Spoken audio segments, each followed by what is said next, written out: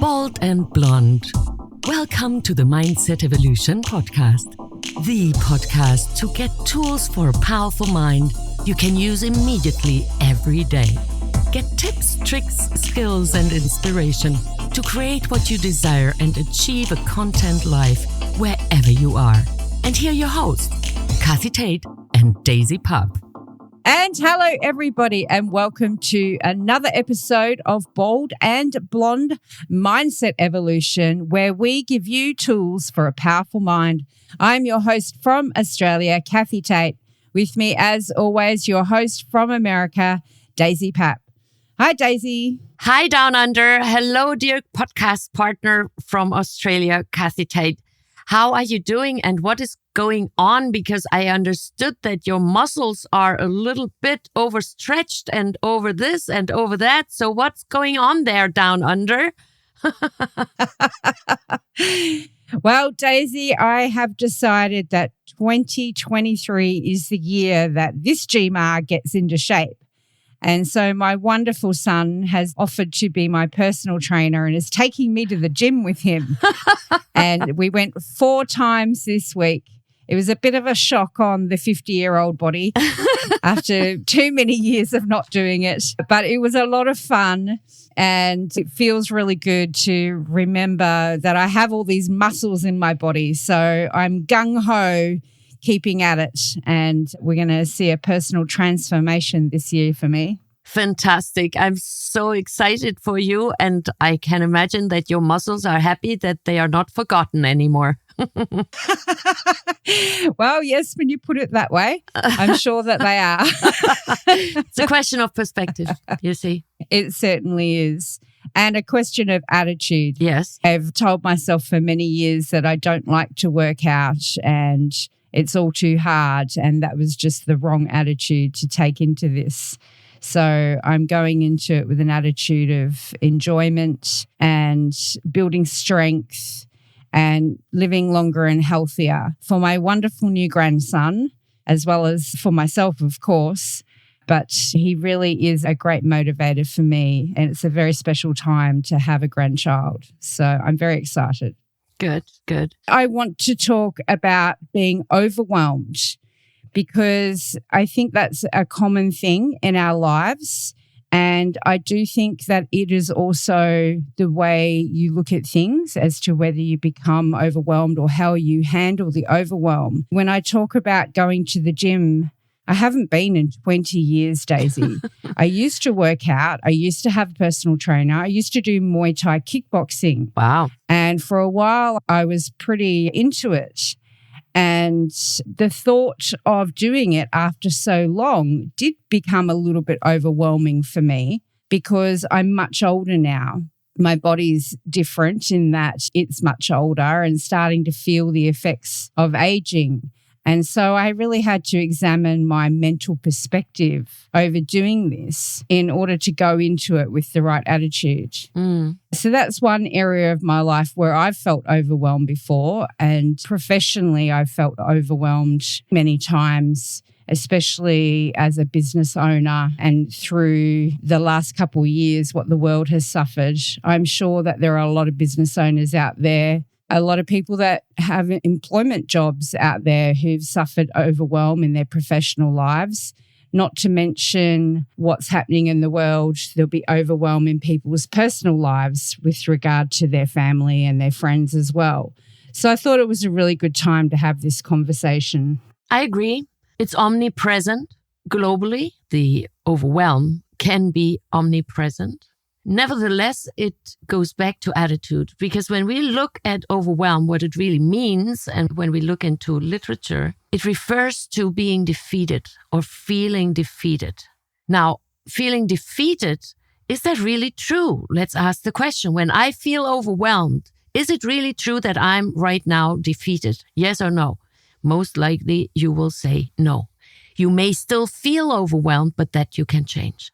Because when the fact is that you're not defeated yet, then there's still an open end to it. Yes, and as they say, where there's a will, there's a way. Yes, sometimes the will alone is not enough. So sometimes we also need a little bit of luck and being at the right moment, in the right proximity to people.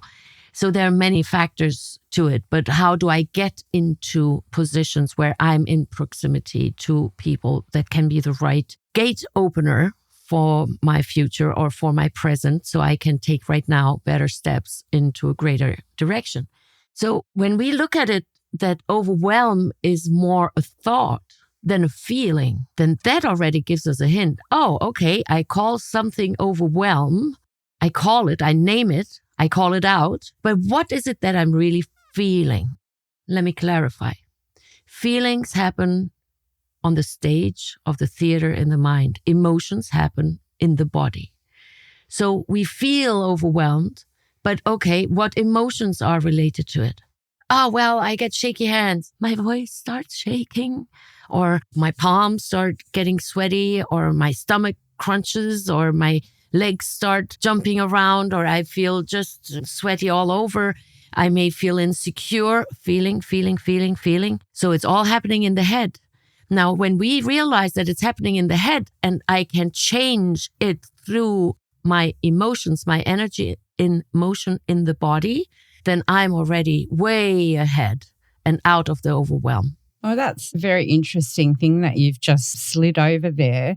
So you're saying that feelings happen in our brains and then in the mind. Emotions, okay. Feelings happen in our minds and then emotions happen in our body. Yes. The result of that feeling. So you have the feeling and then the body matches it with an emotion. Very well said. Okay. Yes, and it can go the other way around. I can have specific emotions, energy in motion. That's how you can easily remember. Emotions, energy in motion. Where does it happen? In the body. Of course, there's also energy in motion in the mind and in the brains, clearly. But the energy in motion, that is when, okay, so what emotions do I feel? Well, my hands start shaking. I get the sense of sweaty palms. I get the sense of shaking all over. I get the sense of weak knees. I get the sense of I want to escape. Now that already is edgy because that's already in the mind, because we there connect the emotions, the energy in motion. They will always produce the matching neurobiological transmitters in the brain. So then they reinforce our emotions and then those feed back to the feeling. So, oh yes, of course. Oh, this reminds me when I once got hit and they did a hit and run on me, let's say. If I fall off the bicycle and then because somebody scared me with their car, they came too close and then they hit and run, let's say. And when I remember these pictures, then my body is producing specific emotions to match what I'm thinking. But the overwhelm itself, tell me, what is overwhelm? Is it like a shaky hand? Is it like a shaky voice? No, it's an abstract. Overwhelm, we call it as such. But okay, how can you locate it in your body? Tell me. You ask 100 people, they will tell you 100 different places where it's in their body. Yeah, that's absolutely true. And I'm listening to you describe these emotions. And when I get overwhelmed, I'm thinking specifically professionally, because that can happen when I've got deadlines and they're all on the same day and I feel like I don't have enough time to complete it all. And then I've got competing priorities. And so the physical reaction for me is like all this tightness inside me, and it feels like I'm too full inside. And I actually have to mentally go, whoa, because I recognize it, and actually sit down. And the way that I deal with it is to make a priority list and just work through things one by one. Mm-hmm. So it's not always a giant like shaky hands or a giant physical reaction either. It can be something quite subtle, but if it happens to you a lot, then you get to recognize it. And so you know what's happening within yourself. I also find it really interesting when you describe this, that to me it seems like this feeling and emotion between our minds and our bodies is like this big circle. And it will just keep going unless we do something to stop the circle turning, because one leads to the other, and it doesn't matter where you start, which one of them you start with. They just feed each other. They reinforce one another as well, yes. Yeah, that's really interesting. The fastest way out is change your physiology, meaning change your position, do jumping jacks, do sit-ups, do walk for 5 minutes, run in a circle or turn 360 a couple times and then 360 in the other direction on your own axis. Because it's much easier to change your body's position than oftentimes it appears to change your thoughts or the direction of your thoughts. Now, I think it is important to really go into one specific direction when it comes to words. So there is this word overwhelm. And yes, it exists and it means 1,000 things to 1,000 people. When we just change that and how we express ourselves, instead of using I feel overwhelmed, please describe what you're sensing in your body. I have shaky hands. I feel this tightness in my body. Or as you described, I feel this fullness in my body. Okay, this fullness. Now, when you can target those and release those, it cannot possibly uphold the same feelings or thoughts in your mind. Why? Because they're linked together. In order to feel in your mind, feel a certain way. Oh, I feel you don't love me anymore. Is that really a feeling? That sounds like a thought. I so agree with you. Now, you nailed it. Because we are so used to describe things with words that are not really accurately expressing or describing what's truly going on. Well, my heart is breaking because I feel the pain in my chest. Now, that's an emotion. There's even something, it's called the broken heart syndrome. It exists and it physically has an impact on the organ, on the heart itself. So when I use, am I defeated? Instead of saying I'm overwhelmed. Because when I say overwhelmed, I feel like my shoulders drop, my breathing gets more and more shallow. It seems, okay, this is the end of this scenario, the end of my job, the end of the day, the end of my life, the end of the world. And it goes on and on. In case we're using it more often than not, I'm so overwhelmed. This is overwhelming. Start to be more articulate. Articulate what is really going on within you. And instead of using the word overwhelmed, maybe ask yourself the question, am I defeated right now?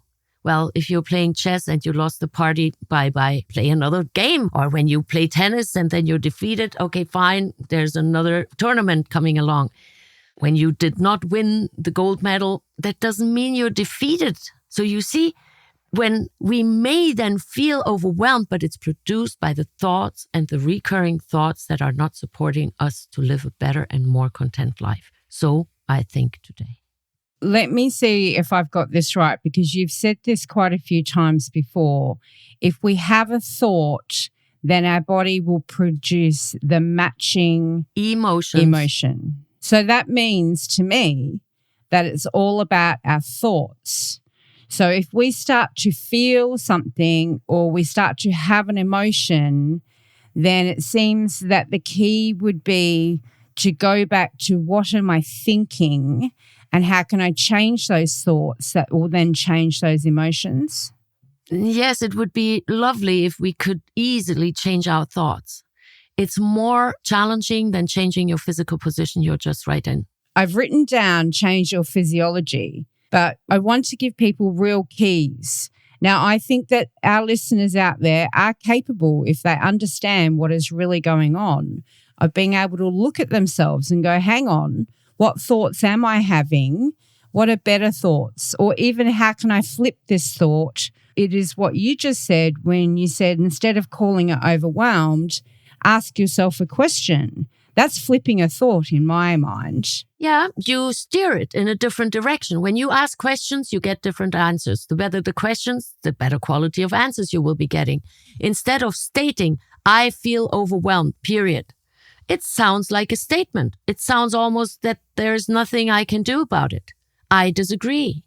When I ask a question, okay, overwhelm actually means that I am defeated. Is that true? No. Do I feel defeated?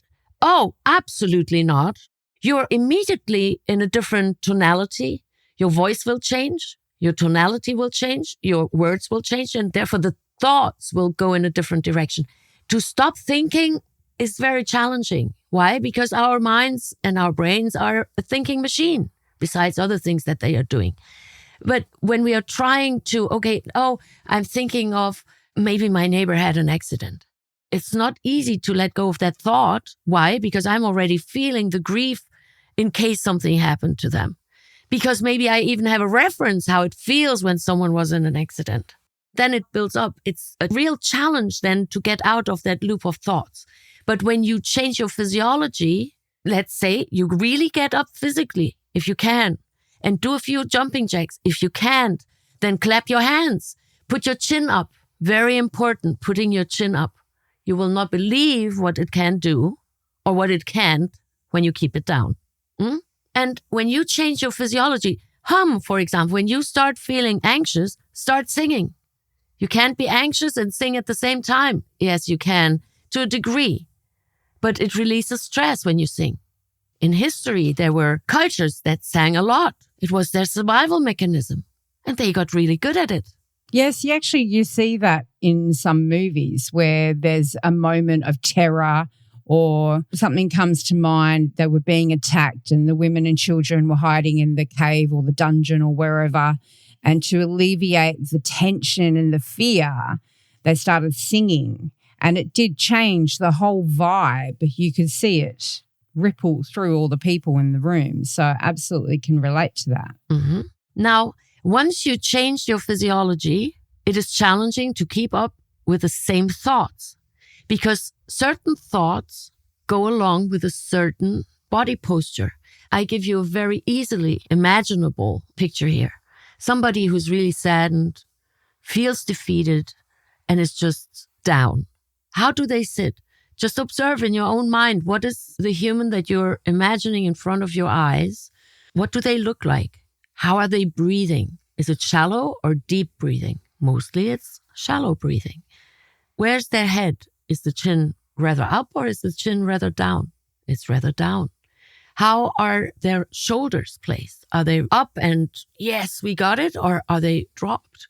What's the body posture overall? Are they crunching or are they really standing straight or sitting straight? Most likely you get the picture here, right? When somebody is really saddened and feels overwhelmed. Now imagine in front of your inner eye or just imagine with your eyes open, however you wish. Somebody who feels like, yes, I did it. Or I'm going to get it. I know I get this job. I know I'm going to get there on time. Oh, this is just so lovely. I was able to make the best dinner ever. Or I'm so glad my child is getting there healthily and succeeds in its own field and dream life. Whatever that is, what their vision is. Now, how do they stand? Imagine in front of you, somebody who is experiencing something really great. How is their breathing? Shallow or deep? How are their shoulders? Are they down or are they somehow in posture? How is the body posture overall? Are they like crouching or are they really standing tall? Where's their chin? What's the expression on their face? You see the difference here? So I've never seen a totally, absolutely, completely depressed human being in a posture as of an athlete who just won the gold medal at the Olympics. It doesn't go along. Meaning how we can utilize it for ourselves when I feel overwhelmed or I start having the thought more often than not, overwhelm. And I just put up my arms and I say, yes, say 10 times yes, really, with the whole throat you have, with all your sound box, all the vocal cords, activate them and say, yes, yes, yes, yes. It's impossible that you continue feeling and then emotionally being and remaining in the same state. Impossible. Okay, so it seems to me that this is also part of that circle because what you're describing is body language, which is going to reflect these emotions in our body, right? Yes, unless you're an actor and then you're asked to look like the depressed one. Actors aside, because we're not talking about that at all. Okay, so I recognize that this could be another way to take ourselves out of that circle is by changing our body language, which is what you said, change your physiology. Now, twice you've said something about putting your chin up. Mm-hmm. What's going on there? Well, just imagine in front of yourself again, somebody who's really deeply depressed, saddened, overwhelmed. I can't do it. I feel abandoned. I feel alone. I feel broke. I feel broken. I feel left alone. I don't matter. What happens to the chin?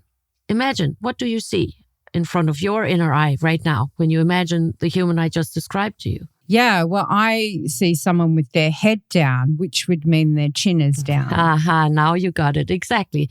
Now the chin, I use the chin because when it is in a horizontal line, I'm not talking about we have a little meat there around and some of us have a little Don't bit bring of up the waddle.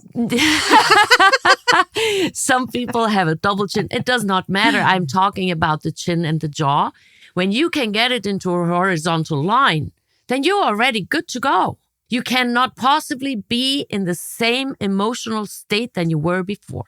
You can't. That's why I say chin up. And even in many, many languages, only a few that I speak fluently, they say chin up, chin up. Huh? Ever heard that?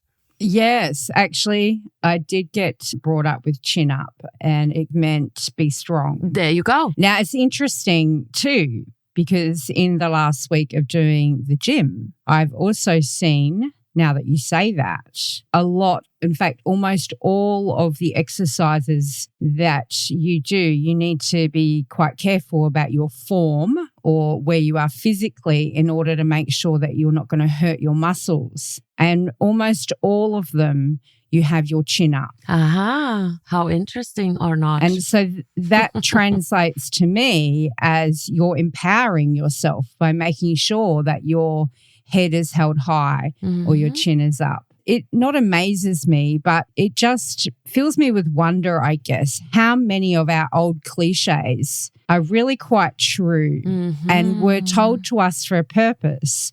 But we never really got told the whole story behind why they exist. They didn't know. You know, all they knew was to say chin up. But if you get the whole context, it's like, of course, chin up. It makes so much sense now. Well, So I'm glad that we've been able to express that. I think that's a really simple and effective move that someone can make to just change the way that they're experiencing something with that one simple thing. they may have told us really great little nuggets of wisdom, but they couldn't prove it.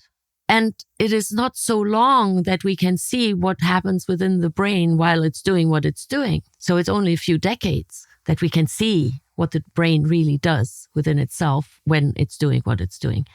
I really like that it fills you with wonder. And yes, it fills me with wonder too. And the exercise also makes a lot of sense. Yes, of course, you don't want to hurt yourself while you try to do good for your body. They're most likely people who are really physical trainers and personal trainers and who learn the anatomy of humans and what is important and what is linked to another within the body. Breathing is the next thing. When do you breathe shallow and when do you breathe deeply? So when you inhale deeply, when things are not going exactly the way you imagined them, you're reconnecting with life, don't you? And big advantage, you allow your brain to be filled with oxygen. You give it the supply it needs. Very important. So stop breathing shallow, take deep breaths, chin up, and do jumping jacks, do sit-ups, pretend you're sitting on a bicycle, move your legs, do dancing. I really enjoy dancing. No. How is that salsa going, Daisy? I knew it. Well, salsa baby in the house and on the beach and in the car. And it is lovely. It is lovely. Yeah, it certainly is. I find it very empowering too. Well, I think that we've turned out another amazing episode here, Daisy. Any final words for our listeners before we sign off? Yes, continue breathing. Take deep breaths. It connects you with life. It also reminds you that there's always another breath available for you that already releases anxiety and the anxious thoughts. And then therefore your feelings will be able to change because the feelings happen on the theater stage of the mind. And then your emotions, your energy in motion can be changed. Even if, let's say, you're physically not able to jump up and do jumping jacks, imagine as if you were doing them because your brain is so smart. It does not know the difference if you pretend, imagine, or if you really, truly do it. Oh, there you go, folks. We hope you've enjoyed this episode. Please let us know what you think. You can contact us at baldandblonde.live, and you can also support us there, which we would truly appreciate, so we can stay ad-free. Any episode you want to listen to, there's a search box on the website. It's very simple to use. Please let us know if you'd like any topics covered. We're always open to ideas. That's it from us today. We are Bald and Blonde. Mindset Evolution. Talk to you next time. Thank you for listening in to the Bald and Blonde Mindset Evolution podcast. Please share our podcast with your family and friends. Together, we make this world a better place. For you, for us, for future generations. Visit us at baldandblonde.live to get freebies, give feedback, and even support us with as little as $1. Talk to you soon.